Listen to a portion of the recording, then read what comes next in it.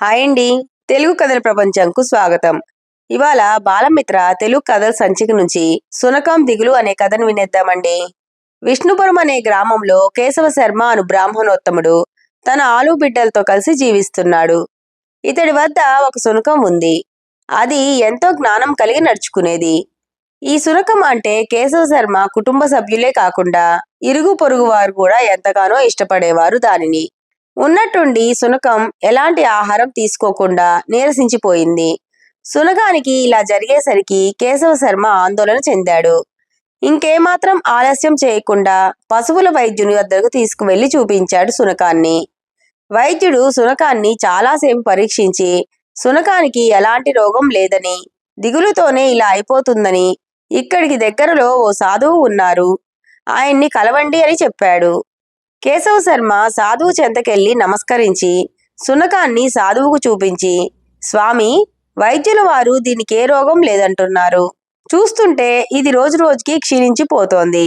తమరు తమ శక్తితో దీనికి అని మాట ముగించేలోపు, నాయనా, ఈ సునకానికి ఎలాంటి రోగం లేదు. నీ మీద దిగులుతో ఇది ఇలా తయారైంది. నిజంగా ఇలాంటి సంఘటనను నేనెప్పుడూ చూడలేదు. ఈ సునకం అన్ని సునకాల్లాంటిది కాదు. పూర్వజన్మ సుకృతం కొద్దీ దీనికి దైవశక్తి ప్రాప్తించింది.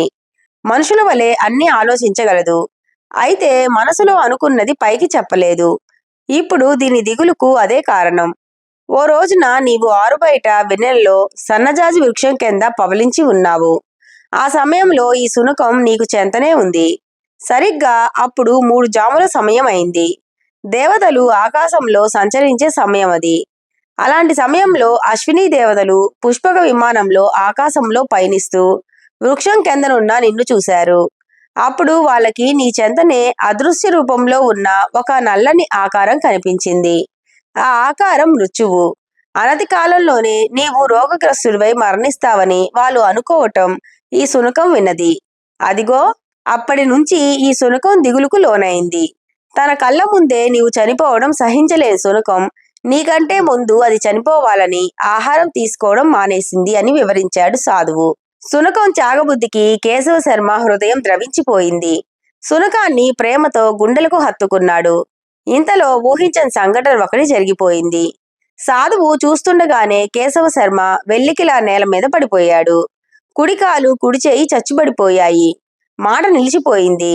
ఇదంతా చూసి సునకం కుయ్యో మొర్రో అని అరుస్తూ కేశవ శర్మ చుట్టూ తిరగసాగింది. కేశవ శర్మ సునకాల పరిస్థితికి సాధువు మనసు చెల్లించింది. ఇంతకాలం ధర్మబోధనలు చేస్తూ జీవించాను. ఇప్పుడు ఈ కేశవ శర్మ సునకాలకు మేలు చేసి ఒక మనిషిగా మానవత్వాన్ని చాటుకుంటాను అని మనసులో అనుకొని, నాయనా, నిన్ను ఆరోగ్యవంతుణ్ణి చేస్తున్నాను. నీకు వచ్చిన రోగాన్ని నా అవసాన దశలో నాకు సంక్రమించేటట్టు చేసుకుంటాను. నీవు మరణిస్తే సునకం మరణిస్తుంది.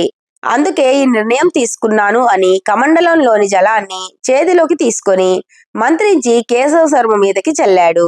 మరుక్షణం కాలు, చెయ్యి, మాట యథాస్థితికి వచ్చాయి. సాధువు సునకాన్ని ఒళ్ళోకి తీసుకొని, ఓ సునకమా, నీ యజమానికి అకాల మరణం లేదు. నీవు నీ యజమాని ఆనందంగా జీవించండి అని సునకాన్ని నిమిరాడు. అంతే, సునకం ఆనందంతో గంతులేసింది. అందుకే అంటారేమో కుక్క చాలా విశ్వాసం కలది అని.